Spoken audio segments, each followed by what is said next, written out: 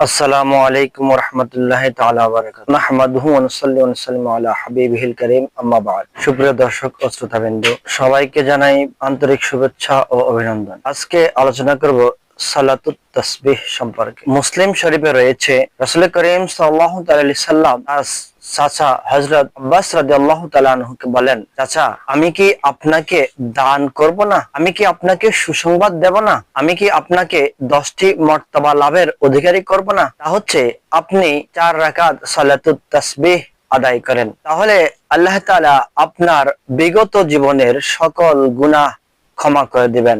আপনার সামনের বছরের অগ্রিম যত গুনাহ আল্লাহ পাক রব্বুল আলামিন ক্ষমা করে দিবেন। আপনার জানা অজানা, ইচ্ছা অনিচ্ছা, প্রকাশ্য অপ্রকাশ্য যত গুনাহ রয়েছে আল্লাহ পাক রব্বুল আলামিন ক্ষমা করে দিবেন। অতঃপর রাসূল করিম সাল্লাল্লাহু আলাইহি সাল্লাম ইরশাদ করেন, যদি আপনার সামর্থ্য থাকে তাহলে প্রতিদিন একবার এই নামাজ পড়ুন, আর যদি তা না পারেন তাহলে প্রত্যেক জুমার দিনে এই নামাজ পড়ুন। যদি তাও না পারেন তবে মাসে একবার আদায় করুন। যদি তাও না পারেন তাহলে বৎসরে একবার আদায় করুন। আর যদি তাও না পারেন তাহলে জীবনে একবার হলেও তা আদায় করুন। সালাতুত তাসবিহ নামাজের নিয়ত হচ্ছে নাওয়াইতু আন উসাল্লিয়া লিল্লাহি তাআলা আরবা'a রাকআতিন সালাতুত তাসবিহ সুন্নাতু রাসূলিল্লাহি তাআলা মুতাওয়াজ্জিহান ইলা জিহাতিল কাবাতিশ শরীফাতি আল্লাহু আকবার। এই নামাজ অন্যান্য নামাজের মতোই নিয়ত পড়ে শুরু করবেন, অতঃপর সানা পড়বেন। সানা পড়ার পর একটি তাসবিহ রয়েছে, সুবহানাল্লাহি ওয়াল হামদুলিল্লাহি লা ইলাহা ইল্লাল্লাহু ওয়াল্লাহু আকবার।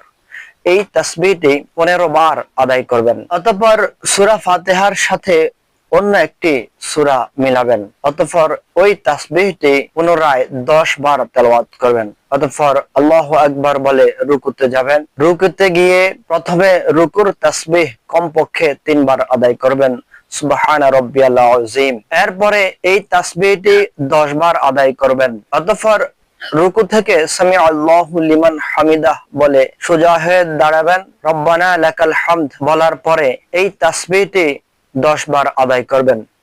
অতঃপর আল্লাহু আকবার বলে সেজদায় যাবেন।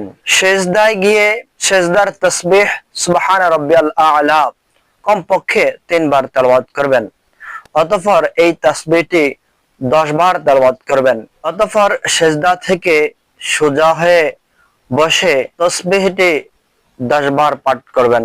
অতঃপর আবার আল্লাহু আকবার বলে সেজদাতে যাবেন। সেজদাতে গিয়ে প্রথম সেজদার ন্যায় প্রথমে সেজদার তাসবিহ আদায় করবেন, সুবহানা রাব্বিয়াল আ'লা 3 বার। অতঃপর ওই তাসবিহটি 10 বার তেলাওয়াত করবেন। এরপর আল্লাহু আকবার বলে সোজা হয়ে দাঁড়িয়ে যাবেন। এইভাবে প্রত্যেক রাকাতে 75 বার করে 4 রাকাতে 300 বার উক্ত তাসবিহটি আদায় করবেন। এভাবে নামাজ শেষ করবেন।